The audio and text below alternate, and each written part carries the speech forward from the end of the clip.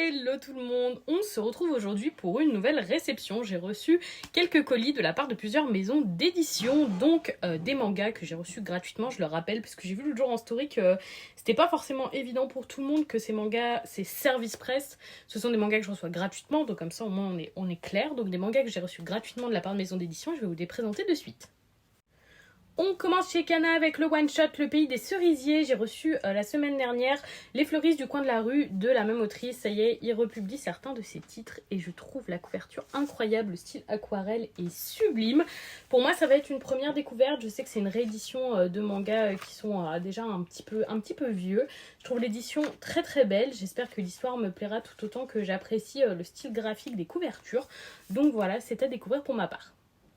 On passe chez Pika et j'ai reçu le one-shot Solitude d'une guerrière errante qui est finalement le 4e tome de ce que nous a proposé Kabi Nagata. Ce sont donc des mangas autobiographiques, j'ai déjà pu vous en parler à de nombreuses reprises parce que j'aime particulièrement ce qu'elle fait. Je vous ai parlé de Journal de ma solitude, Solitude d'un autre genre et Boire pour fuir ma solitude. Une jeune femme qui nous parle de tous ses déboires, sa dépression, son problème avec son homosexualité, ses problèmes de famille, ses problèmes avec l'alcool. Bref, vous l'aurez compris, c'est une jeune femme à problème qui nous raconte un petit peu tout ce qui a pu lui arriver dans sa vie à travers ses mangas autobiographiques monochromes. J'aime énormément ce qu'elle écrit, je trouve qu'en général c'est très poignant et j'avais trop hâte de lire ce one-shot, je l'attendais très très impatiemment. Toujours chez Pika, mais dans un tout autre registre, j'ai reçu le 4e tome de Windbreaker avec un de mes personnages favoris sur la couverture. Je suis trop contente. J'aime énormément ce titre. C'est une très très bonne surprise pour moi. C'est un nouveau Shonen Neketsu édité depuis cette année chez Pika et j'aime beaucoup. On retrouve un petit peu, mais vraiment très légèrement, la fibre Tokyo Revenger, mais franchement, je préfère même Windbreaker pour ma part. Pour le moment, c'est un titre qui me plaît énormément, et voilà, je suis très très hâte de pouvoir lire 7-8 et de continuer cet arc, parce que jusqu'ici, ça me plaît beaucoup. J'ai ensuite reçu le premier tome de Goddess Terrace Café. J'avais envie de tester ce titre. Je ne vous montre pas l'intérieur, je n'avais pas vu quand je l'ai demandé, donc c'est aussi une découverte pour moi, mais il est moins de 16. Il y a des scènes nues dans ce titre. Je ne savais pas du tout, je vous avoue que moi c'est vraiment le synopsis qui m'a attirée pour ce coup. C'est un titre à découvrir, donc je vous en parlerai très prochainement, je l'espère. En tout cas, je pense que ça pourrait me plaire, ce sera à découvrir. Le côté nudité me fait un peu peur, j'ai peur que ça vire fan service, donc je verrai ça lors de ma lecture. De chez Nobitobi, ensuite, j'ai reçu le 3e tome de PPPPP.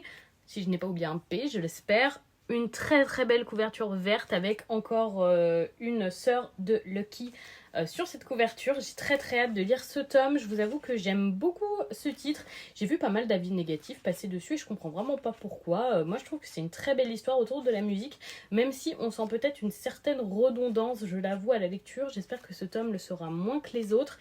Les derniers tomes étaient un petit peu tous sur la même formation. Donc voilà, j'espère en tout cas que ça va me plaire. Déjà je suis conquise par la couverture. Toujours chez Nobinobi, j'ai reçu le 6e tome de Colocataire à leur manière. J'adore cette petite série et si vous êtes comme moi un amoureux des chats, ça ne pourra que vous plaire.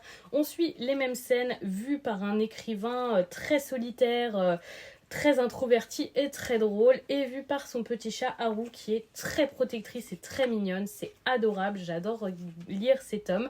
J'ai vu qu'il y avait un animé, j'ai vu cette information vraiment très tardivement et je pense que je vais le regarder parce que pour le moment j'apprécie vraiment beaucoup ce titre.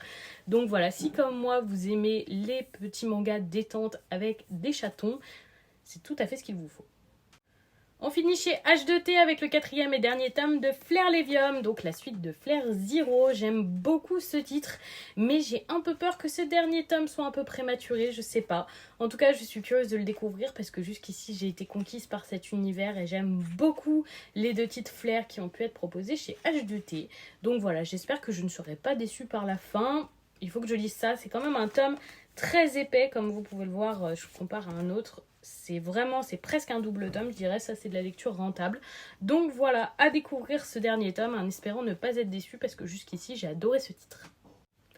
Et voilà pour la petite réception d'aujourd'hui. Dites-moi si certains titres vous tentent, si certains sont déjà lus pour votre part ou que vous les avez déjà découverts. Toujours curieuse d'échanger avec vous et de savoir vos ressentis sur vos lectures ou si tout simplement ce que je présente vous a donné envie d'être découvert. Voilà, je vous souhaite une très très bonne soirée et je vous fais des bisous tout le monde.